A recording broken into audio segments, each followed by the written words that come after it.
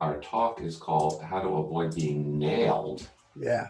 by an Expert Witness. So you're going to give us the down low on the kinds of tricks you use to fool unwitting manufacturers into tripping themselves up and getting their products recalled. Is that right? Is that what you're going to tell us about? Well, I'm going to talk about the expert witness's role and what kind of information is very useful to them to build their case to support the lawyer that hired them.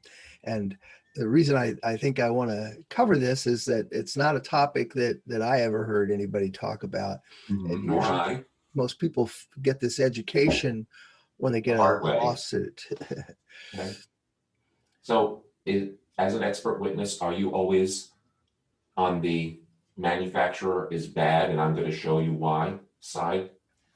Yeah, well, I do both. In other words, whoever pays you. Yeah. Well, no, it's whatever the evidence support. If a lawyer hires me and they're working for the defendant, the company, if the company can provide me with the evidence that show they did everything right, then my expert report will support their case that they're innocent, so to speak. Mm-hmm. On the other hand, if I'm hired by an attorney representing a plaintiff who is suing the company, we'll talk about discovery today, that the information that they can provide to me to show me that the company made serious mistakes from an expert or from an FDA perspective, which is the perspective that I usually provide. Mm-hmm. The attorney basically decides, do we want to use him or not? And if I tell them, I really can't support you in this case, you're not really giving me good evidence that there's a problem, then they say, thank you very much, and we'll go find somebody else. But my point is that I will make statements that are supported by facts. That's what I do. Of course, you can't be bought. I get it. Yes. Yeah. So on the other hand, if you were paid in cruise tickets, well, this pandemic has been a real blow to your marriage. Aren't you and your wife? Yeah, no. Cruise tickets won't do you much good anymore because for the last year, most cruise lines are not operating. I think bookings are up hugely now. Everyone is so over this pandemic. They can't wait to get out of their house as soon as you can book a cruise. Or you and your wife going on a cruise? Yeah. Well, again, it's a true getaway if you can do it. That's for sure. But where are you on this? Are you gonna, as soon as you guys are vaccinated and there's an available cruise, are you going, or are you gonna wait? Well, I have not had my vaccination yet. The opportunity hasn't afforded itself. I don't have any at this point real incentive to move to get it. But if I need to, I will. That's the way it works. Right. We'll avoid controversy there and invite you to start your topic. Yeah. Well, what can you say? It's weird times, to say the least. Will you have a screen to share? Or are we just going to talk today? Well, you want me to share my screen? Yeah, if you like, if you have something to share. Okay, I'll do that. Let me find the right screen. There it is. How's that? How to avoid getting nailed. Inside information. All right, let's see it. Yep. Well, anytime you're ready for me to start, I'll be happy to. Yeah, start. Ladies and gentlemen, Harry Stevens on how to avoid getting nailed by an expert witness like him, a hired gun. Take it away. Okay. Well, I guess the first question is how did Larry become an expert witness? It was certainly nothing I ever planned, hence the note there about totally unplanned. It happened about 5 years ago. A company that I subcontract to said, hey, some company's looking for an expert witness for a case involving medical devices and FDA. What do you think, Larry? I go, I don't know. Maybe I can do something like that. I've never done it before. And so the lawyer talked to me and decided that my background and my demeanor were such that could work in his case, and hired me. And he gave me a whole bunch of information and said, write an expert report. Go through there and pick out things that look interesting to you and write a report that basically In this case, it was the defendant, but basically supports our client as being a good company. And I go, okay. And they started paying me good money to read, which was interesting. And then I write the report. Well, I had when I'm with FDA in the 70s, I learned how to write inspection reports. I went into the industry and wrote a whole bunch of submissions over the years. And writing was something that I was comfortable doing, and that worked out really well. And then the next step is that they do something called a deposition. And a deposition is the opposing attorney interrogating the expert witness, essentially challenging the expert witness on his expertise and on the report. And that was interesting. It's like being on the stand almost. And I found out that I could do that. I could respond well and defend myself and all that. And then the final part is actual testifying in court. And I've actually only done that once, but it was like, okay, it seems like this might work. And then 4 years later, about 50 cases later, 8 depositions, one time in court, a whole bunch of expert reports. I'm what you'd call a seasoned expert witness. And I'd like to tell you that I planned for this point in my life to do that, but I never did. I just was fortunate that my entire working career has been around compliance with the Federal Food, Drug, and Cosmetic Act, either as an FDA employee or as an employee in the industry. And that's a lot of time and a lot of information. Is it a well-paying gig being an expert witness? Yeah, well, it's right now it's become probably about 50% of my work is in doing this, and I still do. How many cases are brought annually? Oh gosh, hundreds, I'm sure. There are certain products which have a bad track record, and their lawyers. If you watch TV, you see ads for attorneys. Hey, did you use the such and such product?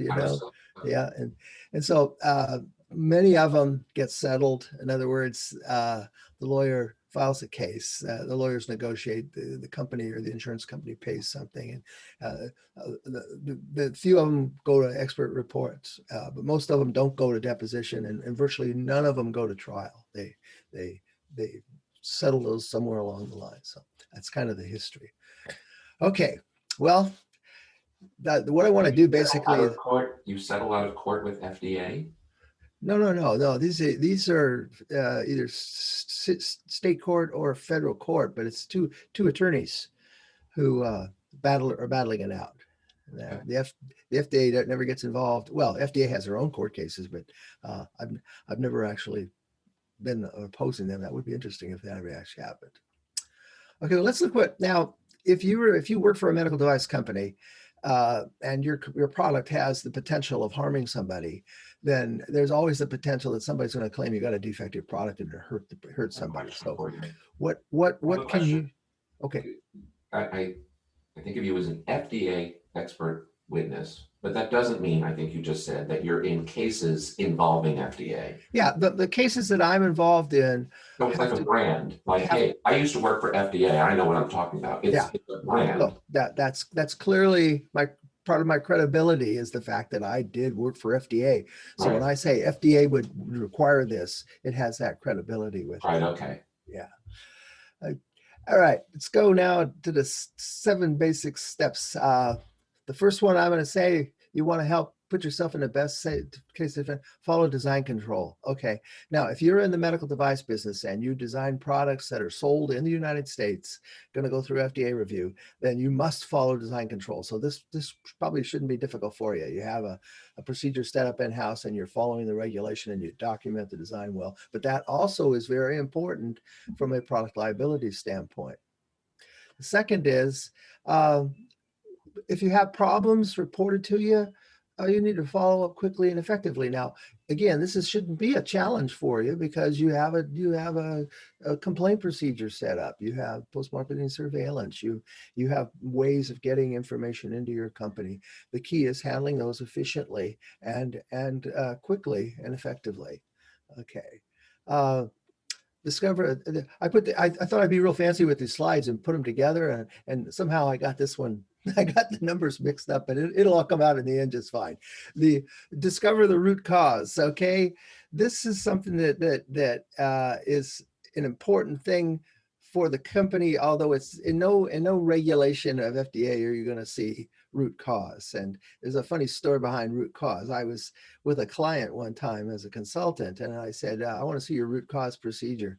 And the person said to me, what are you getting this root cause from? And I said, well, it's something FDA expects to see. And the lady said, show me in a regulation where it says you have to do root cause.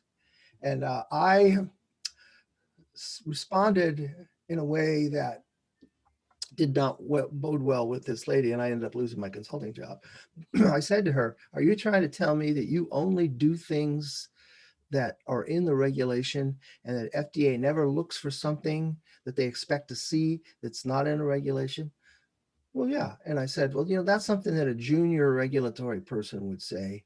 Nice. But a person who's got experience over the years knows there's things called unwritten regulations. In other words, there's things that you need to do to keep FDA. And if you don't do it, you're going to get FDA on your back, and you don't want that. And root cause is one of them. And she got incensed that because she was a fairly experienced lady. She got incensed that I had questioned her expertise. Called her a hack. And she says, okay, I think we're done with this project. You can leave now. And it was like, whoops, that wasn't supposed to happen. So root cause, I have a real feeling for root cause. Okay. For those of us playing along at home who may not know what root cause means, what does it mean? Okay, well, I'm going to talk about it more as I go on. But essentially, if you fix the root cause, the problem is fixed. I see. It's the real basic problem. Yeah, there's all kinds of contributing factors, but the root cause is there's only one root cause. Okay. Last thing here, number two, but it's number two, but it's you're not a PowerPoint expert. Train your sales force to recognize issues and to report them in. They're out there in the field. They can be your source and should be your source of any kinds of issues that are going on with your product that you should know about. Okay. And the last item I put, well, it's not the last one because number 6 is on the next slide, but I put never place profits over patient safety. And I say that because in my evaluation of companies and how they're dealing with problems, many times they avoid following up, or they follow up very slowly because the product is so important to their business, and that it represents a major product line for them, and they don't want to do anything to jeopardize that. And the problem with that is that that can allow a product to be on the market longer than it should be before you fix it. And that's what I look for in the sense of companies who are not fixing the problems. Okay. I put the most important aspect of preparing for your encounter with an expert witness is train your employees. Get them to understand how important their job is in the sense of how they conduct themselves and what their responsibilities are as far as acting in a way that serves the company the best. Okay. The bottom line is that every type of liability decision that occurs, it can be very expensive to the company. In other words, these go into millions of dollars, and it's part of the cost of business for some medical device companies that they have to do that. But the point is, almost every case of liability that I see is a result of employee errors. People did things wrong, and that comes back to haunt the company. Okay.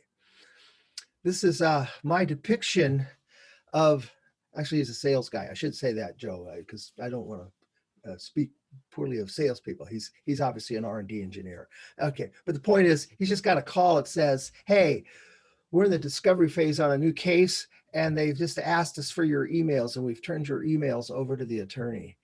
And this person's going, holy crap, what did I say? What are in my emails? Oh no. And so the bottom line is, this term discovery is something that people should know about. Okay. And the question is, what is discovery? Okay. Well, this is the legal definition of it, which is, essentially tells you that discovery is a process that's used in civil lawsuits that allows a company to gain material facts from the opponent, the adverse party, to establish a cause of action. In other words, it's the ability to get information that when reviewed demonstrates that the company didn't do something that they should have been doing. And the answer to that is that mostly the single biggest source of information from discovery that I find are emails. People write emails. What a surprise. And the question is, when they write those emails, do you have any rules for them? Have you set up a standard way? And you go, what, rules for emails? Yeah, that's what I'm talking about. Because emails are forever. They're in your system. They're on servers. And when lawyers talk to me, I tell them which emails to ask for. I said, get the emails from the company to FDA, from FDA to the company. Get the emails from the QA people to the marketing people. In other words, I know there's certain people in the company that have access to information. And so, but what I look for is there sniping in there? Is there an email that says to the guy, hey man, you really screwed up on that one. You didn't get the right answer. Your answer was wrong. Go back and do it over again because it's going to be, you didn't fix it. You didn't do your job well. I could understand someone being careless inter-office, but you said the emails from company to FDA. I would think that every time you're going to tell us, oh my God, no. But I would think most often people would be especially cautious and type a ginger email to FDA because we don't want FDA to be mad at us. You're saying no? That sometimes I can give you an example. I saw an email from the company to FDA, and the company left out information that they had about what the real cause of the problem was. What the company did, they took a hospital's word. This is what happened, right? And so they put that in an email to FDA and responded to FDA. And I knew when I read that email that at the time they wrote that email, they knew that wasn't the cause. They knew what the real cause was. And it was an intentional effort to not get FDA involved. Mm-hmm. And of course, I pointed that out, that they were dishonest. So like in the inter-office email, they said, oh, this is bad. And the email to FDA, they were like, we're working on something else. Right. I saw other emails where they were talking about what the real problem was, but then I saw the email to FDA where they had left that out. Okay, bottom line is that if you got a problem with people in the company, you got somebody, just talk to them, call them on the phone, go talk to them, get it worked out, but don't air your dirty linen in your emails, because those can be seen someday. Now, and that's where the second point here is that when people write emails, they need to remember that there will be people who read these, who are not familiar with you as a person who wrote it. They may not be too familiar with your device, and they may not be familiar with the person you're writing to. They may know what the titles are. You're a director of quality. The device they probably know about, and the person you're writing to is the R&D engineer who's responsible for the job. Okay, but that the idea is that emails are not just read by the people that you write them to, and it's important for people to understand that they need to be written in a way that don't highlight things that aren't necessarily true or more personal opinion. Now. And the next step here is reread your email before you send it. Now, this may be something that people do ordinarily, in the sense of sometimes you write an email in anger, and you know you were angry when you wrote it. And so you say critical, but too honest seems. Okay, well, too honest. In other words, you may think and you may believe that a person is incompetent and that they did something terrible, and that may be true, but don't put it in the email. In other words, that's too honest, And as far as being critical,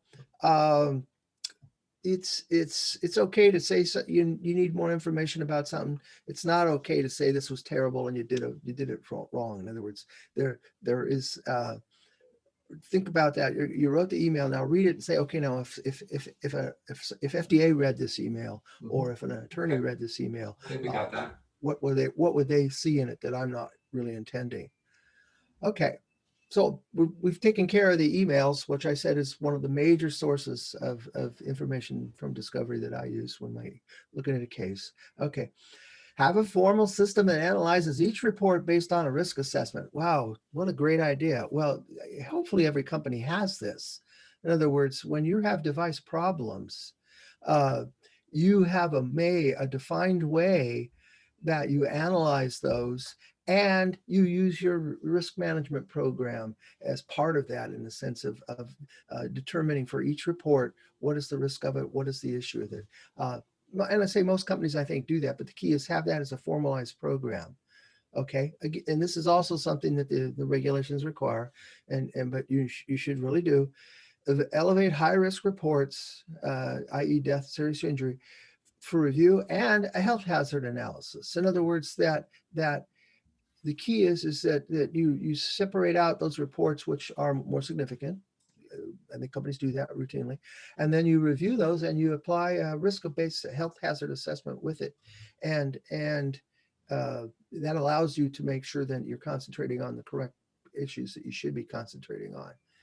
Okay, have predetermined follow-up on high-risk reports. In other words, again, I think this is something most companies do, but the idea is that when you kick certain reports into a certain area for review, your procedure will determine how you follow up on those. How do you document your follow-up?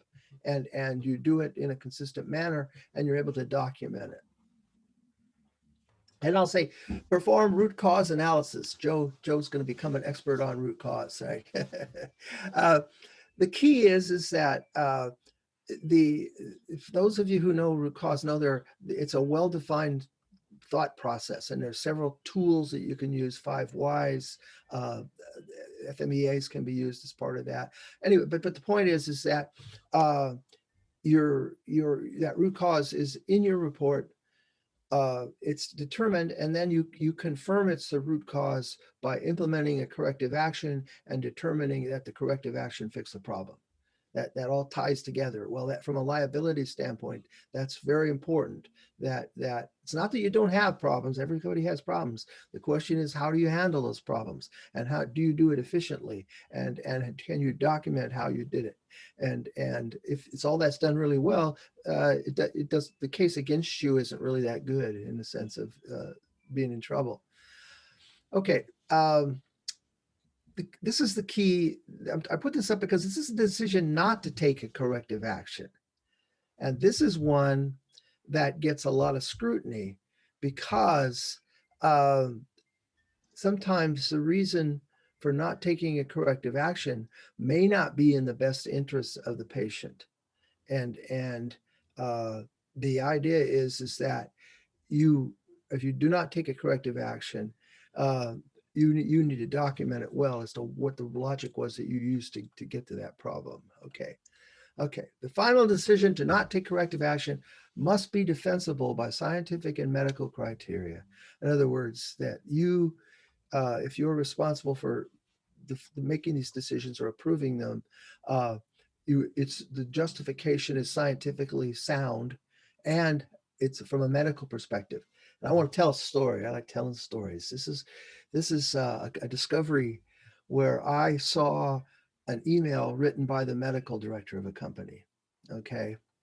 Now, in this case, they were doing it right. They had a product problem, and they went to the medical director and said, what do you think about this? What should we do? And this is what his email said. It said, I'm not sure why anybody is still implanting product B. Okay.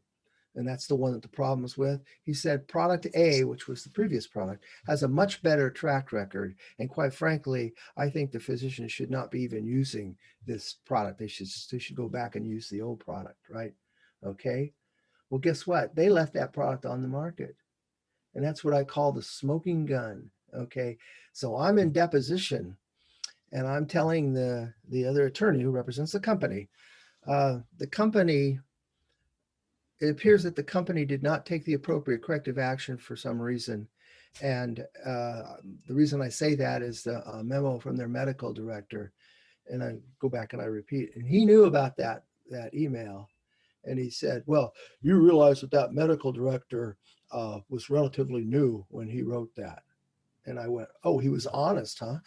In other words, the attorney, I didn't Nice. say that. You don't Well, argue. you told the other person a hack, so I don't know. You don't argue with attorneys during deposition. Mhm. You just basically say he's the medical director for the company. He takes the physician's viewpoint, and the company used him for that, and that's what they should have used it, but they didn't take his advice. That's all I know, And so documenting you use the right scientific and medical criteria is important, but also doing what is recommended for those people. But it may, even though you may have another reason not to want to do it. Okay. So the bottom line here is that these people who are making these final decisions on whether or not to take corrective actions, I say listen to your QARA people, because we know QARA people are smart and objective and will always give a well defensible decision for them, and the medical advisors, i.e. your physician, your company physician. And I've already emphasized why that's important. And then the last thing is, don't listen to marketing. Hey, Sorry, Joe, don't take this personally. You're not like most marketing folks, Joe. You're clearly different, I shouldn't say that, but the point is that marketing and sales people are very focused in what they do. They have an opportunity to get out there and sell that product and make profits for the company and keep the company and grow the market share. And that's fine. That's what they do. They're not people to make decisions about whether or not to take corrective actions, because they don't have the right kind of background for it. And they tend to be very strong-willed and can be very, very influential if allowed to. And all I can say is you're talking to your CEO and you say, I think we need to stop sale or recall this product. And the marketing guy goes, are you out of your mind? Do you know how important that product is to our company?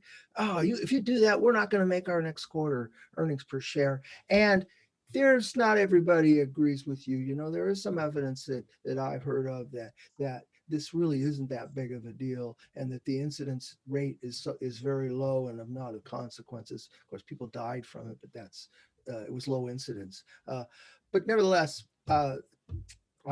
these kinds of decisions should be made by the engineers, QARA people, medical advisors, maybe even lawyers internally. If you have lawyers in your house, you may get to make sure that they're well documented and defensible. The idea is that most of these are never going to be seen by anybody. You're just going to make the decision, document and put it away.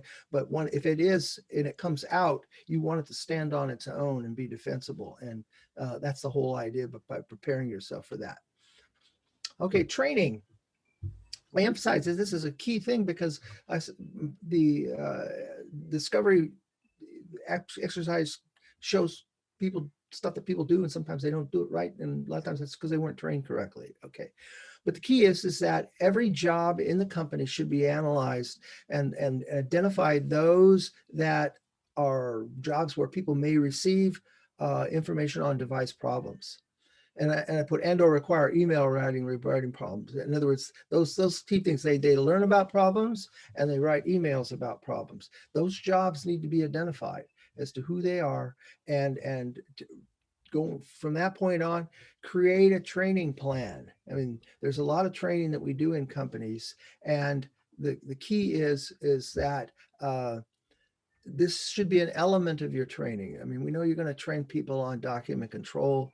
You're going to train them on the quality system regulation, and an aspect of your training you should have. This is how we write emails. In other words, this is what we do. This is how we do this. The employees don't need to know that the basis for the training is protection from liability. They don't need to know that. They just need to know what the company wants them to do, and explain to them how to do it, and you basically have a training plan that you implement. Okay. This goes with all training. Document the training. Who are you documenting it for? You're documenting it for yourself. In other words, FDA is going to look at your training records, but they don't define all the types of training that you do. You do define that, but the key is documenting it is a different way from the next aspect of it is essentially doing audits, having someone come in and on a spot basis challenge your system and review documents and see if there's anything in those documents that is inappropriate from the standpoint of the way it was expressed and how the sentiments as should. Okay, and so this is my ad for who would you want to hire to come in and do an audit like that? Well, you want somebody who's been an expert witness, of course. Somebody who no. Somebody like Larry Stevens. Hey, that's not a bad idea, you know. All right. Well, that's so much for the commercial. Okay. Okay, I talked about design control as an element of your controls that can serve you very well in making a defense for your company.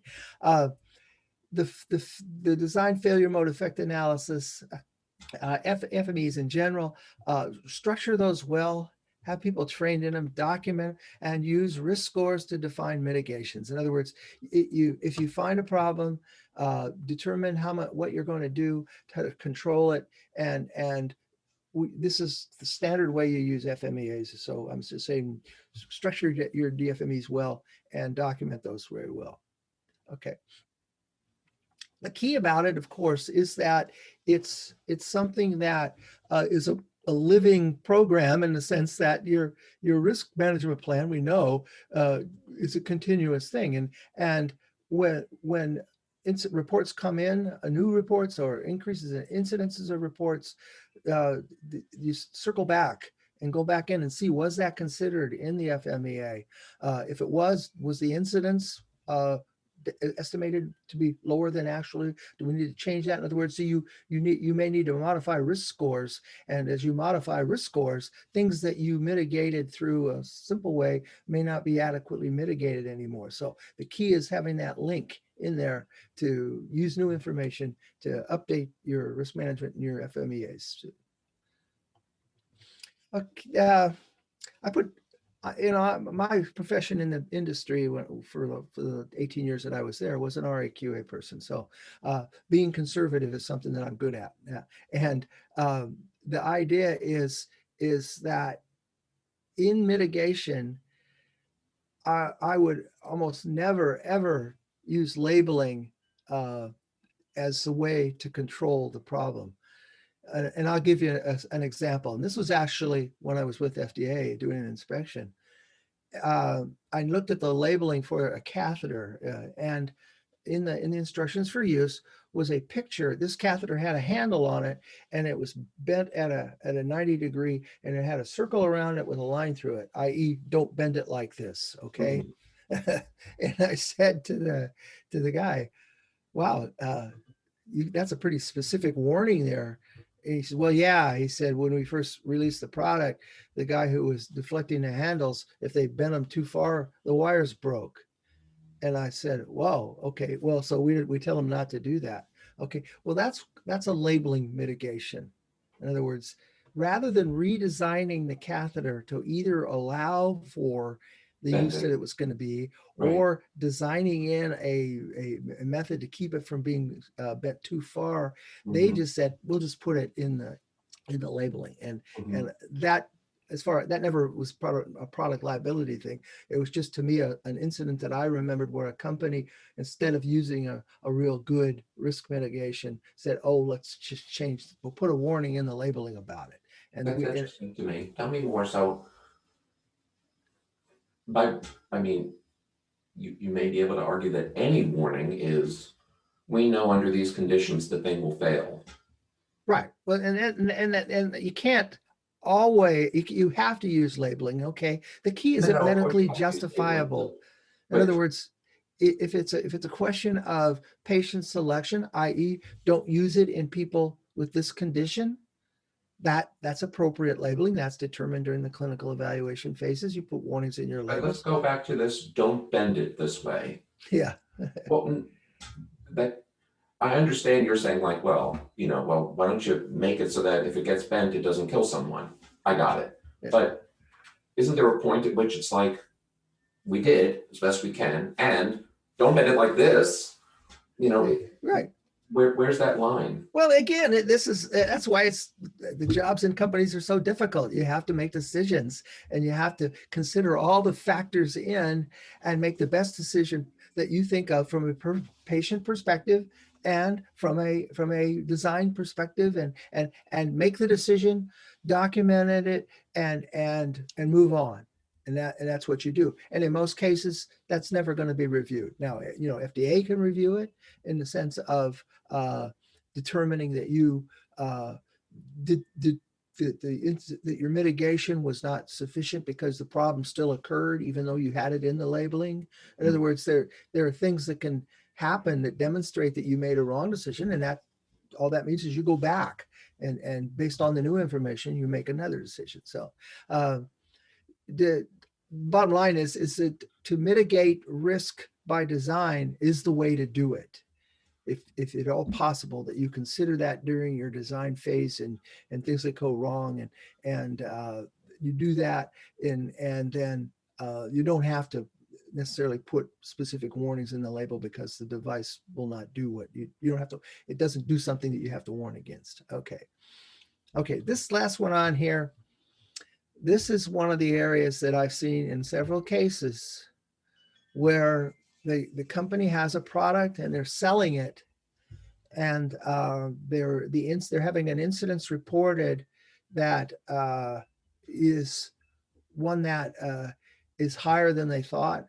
The consequence of the malfunction is greater from a health perspective than they really thought, and they go, oh boy, what are we going to do with this? Well, let's go back, let's study it. Let's keep watching it in the field. Okay, this is a scenario that the companies have. I know that. Okay, the key is that at some point, are you in a product recall situation? In other words, has the product problem occurred at such a rate that someone will argue that it no longer justifies continued sale of the risk is greater than it should be, and then you stop selling it? That can be FDA that comes in and asks you that. Okay, the key is that I'm an expert witness.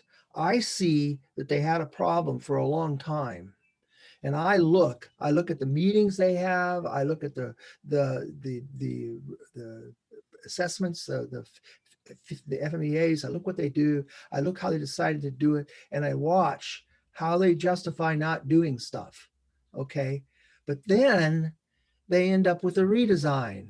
They actually discontinue the product that's out there, and they design a fix for it, and it's fixed. The question is, what about all that time in between when that product was out there and being used? And trust me, when I come across this information and I tell my attorney, they marketed a dangerous product and they knew they were marketing a dangerous product, and I put that in my expert report, that's very powerful from a product liability standpoint. So the bottom line is, if you are going to redesign a product to fix a health hazard, you need to justify that, and if in any way possible, show that you did a really good FMEA when you designed the product, but that this particular failure, there was no way to anticipate it. That when it did occur, it wasn't obvious what the problem was right away. We have to, in one particular case I was in, the documentation where the engineer said, we can't determine a root cause, or there was something happening with this particular design that didn't happen with other designs. And they, in trying to figure it out, they said they couldn't, that they didn't know what was causing it. And it was like, okay, but guess what? Then they redesigned the product. So they did figure it out at some point in time. So anyway, you need to, if you're any company, there's no doubt that you're going to make design changes to fix problems. That's part of the routine process that you do.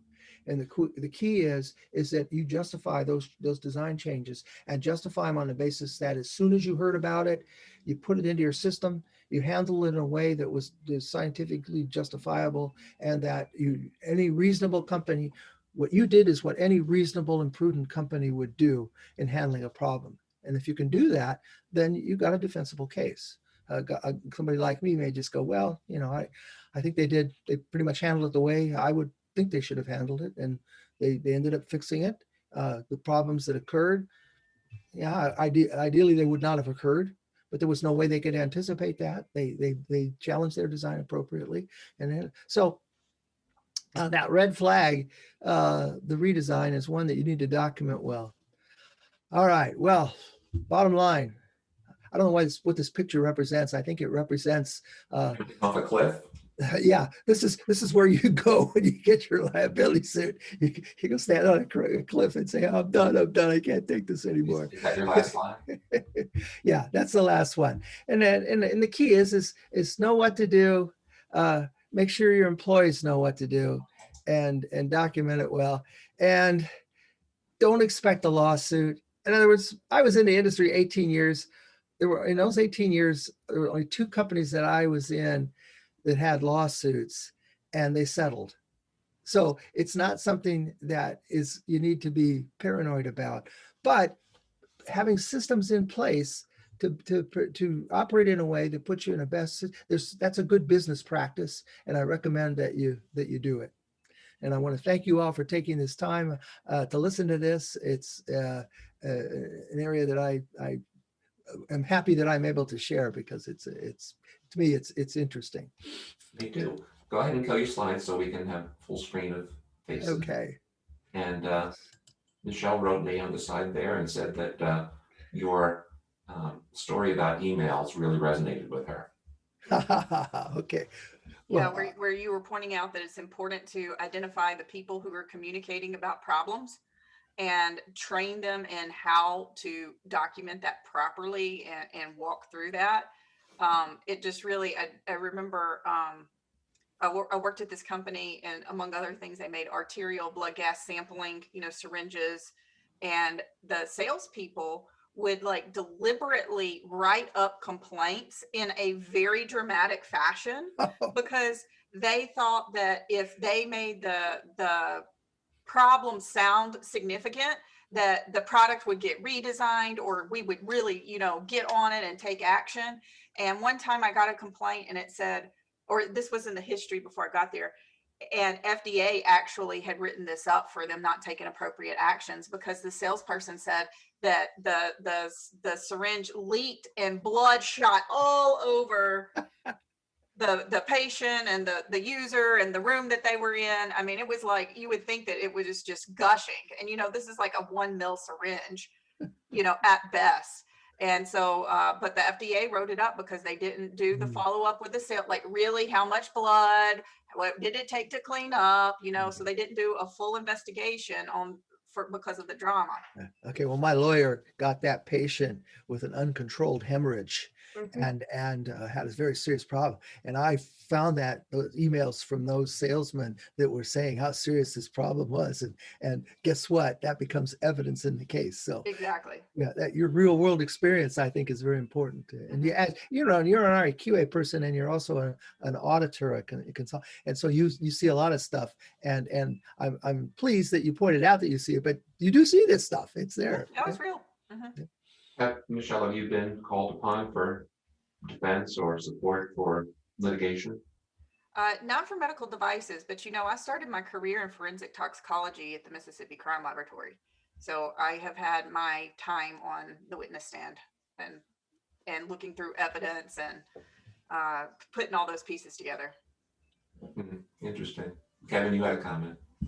Well, just in response to Larry's point in there, as far as, are you only following, what's in the regulations? The flip side to that is you can't necessarily also rely that you're covered if you follow something that's listed as a guidance document. I've been through that with multiple federal agencies over the years, where you rely on something that's a guidance document, not explicit regulation, and they come back and say, yeah, well, we're not bound by that. We're deciding to make a decision on something based on a different assessment. Right. And that I've had that come up in cases where I've reviewed where somebody on the other side will cite a guidance document and say the company was not operating in compliance with FDA regulations because they didn't follow. And I will point out just exactly what you said. Those guidance document represents FDA's ideas on kind of best practices, but they do not have the power, nor can they be considered regulations. Yeah. Rick is on mute. Go. Thank you. Yes, FMEAs are used to establish proper, proper risk analysis. My question was, what other things are used? I had used finite element analysis to establish a credible risk analysis, but engineering type tools are involved in doing that. Things that I might be able to propose to my clients to help them with, that will give them something to say should a situation like this come up. Right. Well, again, I'm not an expert on risk management, but I know there are tools something like fault-free analysis, cascade analysis. There's many ways of doing it. The key is they all have something in common, is that they identify risks and they evaluate those risks and they determine what you need to do to minimize the risks. And whatever tool you're using, as you point out, there's many tools out there. I'm a biologist, not an engineer, so I leave that up to the engineers. I hear you. I just wanted to see if you had anything else to add to my bag of tricks, because I try and keep them covered so that they'll know, and later on, if necessary, anybody else will be able to determine that they did a Right. more than conscientious job of evaluating risk going in. Right. Well, you're one of us gray-haired guys who have a lot of experience, and that's why people hire us to help them. Such a nice way to say that, yeah. But yeah, there's a little been there, done that going on. Yep. I think everyone on the screen has got a little been there, done that going on. So, well, the medical device group has got a lot of people in it like that. That's give Joe credit for putting this group together. Eddie? Yeah, I had an example, Larry, when you were talking about, don't be guided by the marketing people. Years ago, I worked with a Spanish company they're in the plasma derivatives products. And I worked with them years after this, but right at the early days of when AIDS was just being discovered, rules changed in the FDA, and you weren't allowed to use blood or plasma, which from AIDS patients. But because of the way you build these products, a company like Baxter and a lot of the others, because those rules hadn't changed in South America, they shifted all their inventory and sold it down to South America. Grifols took your right decision, and they basically threw all of their inventory out and took a massive hit financially. But they did the right thing with the products because they didn't know what was tainted and what wasn't. They just threw it all out. Years later, when a lot of people who contracted AIDS from blood plasma derivative products, Grifols got sued, but they never lost. But everybody else settled. There you go. So Yeah. they took the right long-term decision, and it's a classic example to me of how to do it wrong and how to do it right all in one. Pay me now or pay me later, right? Yeah. Thanks, Eddie. Sure. Larry, my big takeaway from today is be careful what you document and how you document it. Yeah, I think it's a good takeaway. Are there things about the designing and development of products that you've seen as kind of a common theme? So among the cases for which you've been called, many of them have this, if they had design controlled differently, if they had documented, they would have seen and avoided the situation entirely. Are there things in the development that seem to kind of come up again and again? Well, yeah, and it's the reason that design control regulations were established initially back 30 years ago. Companies would do quick and dirty designs. They would say, hey, we need a product that does such and such. the engineers would go back in their office and build up some prototypes, and they would say, okay, here's one out. Let's try it out. And they would go out and they would use it on people, and they would find out, well, under this situation, it breaks. Oh, crap. Let's go back. Okay, well, hey, it needs to be read. In other words, they did their design iterations in the field, and those recalls and those problems, the FDA said, hey, we, within our quality system regulation, we need to have an element in there to require people to do good design.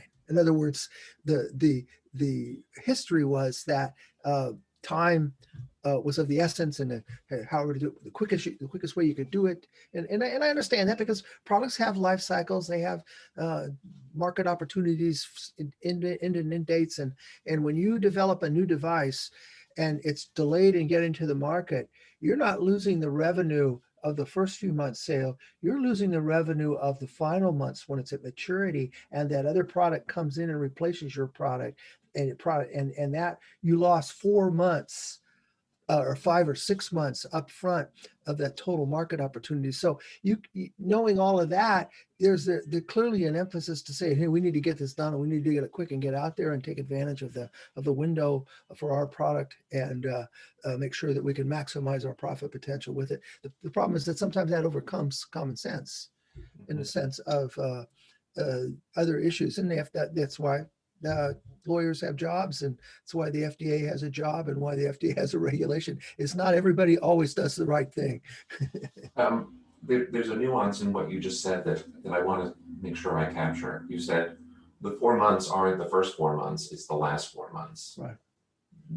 4 months is 4 months. What's the revenue of your first revenue will clearly be bigger in the last 4 months than the first. Exactly at maturity. Right. And the quicker you reach maturity, I mean, and there was the end day for your product is out there. The day the new product is going to replace it's going to come out. That's out there. It's a fixed point. And so as you move towards that, the delay in entering the market, you're cutting off the total amount of months that you're going to have opportunity. And and what you've done is you would have reached that maturity much earlier and made more money if you'd have got the product out there earlier. And so I remember that, because when the first time I heard it, it was like, how does that? And then I thought, well, yeah, no. The key is understanding that for every medical device, there's a start date and an end date, and the end date is fixed based on, you don't know, but somebody's going to come up with a new product that's going to replace yours, and that's your product will no longer have a market at that time. You just don't know when that is, but it's out there. Hopefully it's you know that you designed the better product and replace your own. Yeah. Ms. Rutledge, you'll favor us with your camera now? I did. I literally, I'm taking my first business trip in a year this afternoon. So Oh, wow. Okay. But your camera's not on, I think, or you have the, oh, wait. It looks like it's on. do you have the little camera hole blocked? No, and the light's on. So not quite sure. Maybe she's in a dark office. Maybe. Oh. In the meanwhile, I actually wanted to ask you, I know how busy you always are, and it's rare that you join us. What was it about today's talk that you said, oh, I gotta go see that one? I am, for the first time, being called to be an expert witness in a federal trial. And I wanted to see, I figure if Larry can say how you poke holes in things, then I thought, and it's a huge trial. Can you tell us anything about it, just to kind of give us some context? One of the top 5 medical device companies in the world, and they've got a dispute with one of their employees, actually a distributor group. And so I've done my expert report. Never did that before, Larry. Gee, I guess the first time's the toughest, right? Oh yeah, I'm a much better expert witness than I was 5 years ago. Oh, I would have liked to have heard Larry Stevens now teach me 5 years ago, because I've learned through the school of hard knocks. Well, Paula, I'm curious, because you're an executive recruiter, so I'm thinking you hired the talent in question? No, I had nothing to do with the company I don't even work for. Okay, so why you? Because there was some discrepancies in how the distributorship was terminated, and it's a very high profile case with a lot of dollars, and I was an orthopedic rep, so I was a sales rep, a medical sales rep before I became a recruiter. So I had kind of a double whammy. So, and it's a huge trial. So Larry, any suggestions about, and I'm doing the depositions and the trials in a couple months, but. Okay, well, deposition, I didn't realize at first when I was doing that. What I know now, deposition, is that the lawyer that's deposing you is trying to get you to say something that contradicts something that's in your report or that benefits his or his case. Okay, and the way I deal with that is, in my mindset is I'm going to go in there and I'm going to defend my expert report. And I can do that because I know what I'm talking about and I know I said what I said. And that's all I'm going to do. And what they like to do is they like to say, well, Mr. Stevens, in your report, you wrote such and such. But let's think about a hypothetical situation where this happened and then this happens and this happens and then this happens. Well, what would be your opinion then? Okay. My response to that is I'm not here to do hypotheticals. If you want to talk about my report and issues in my report, then that's what I'm here to talk about. But I can't address, I don't want to address hypothetical situations. That's not why I'm here. And That's a great answer. And they'll go, oh, well, just hypothetically, that's all I'm talking about. I said, I'm not here to do hypothetical. I'm here to defend my expert report. You know, I become that person that says the same thing over and over. Like, don't you get it?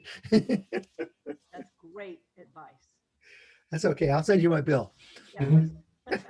But Paula, I'm curious, again, as much as you can share, they contacted you and they hope that with your testimony, you'll reinforce the case that what? Ooh, what can I say?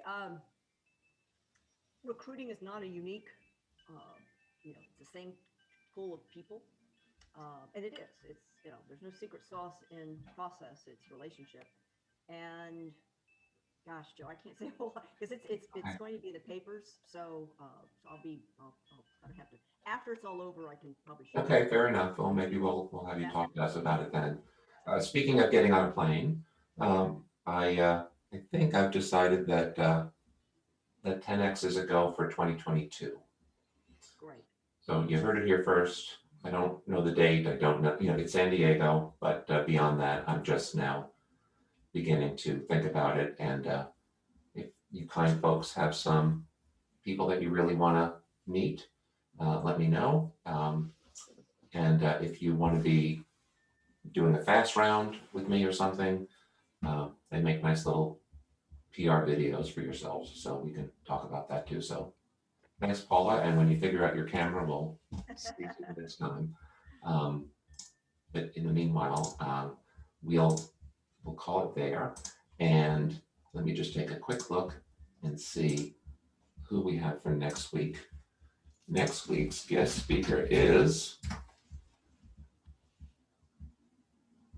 Pasha is going to speak on how to enhance customer experience in medical devices. So that's an area that will interest me a great deal. Following that, Jan is going to talk about packaging engineering. And her title is A Packaging Engineer, a Luxury or a Necessity? So on behalf of Joe H. Enterprises and Larry Stevens Expert Witness Services, this is Joe H. signing off for this week. Thanks everybody for joining us. It's always a highlight of the week. Thank you, Larry. That was interesting. All right. Bye, everyone.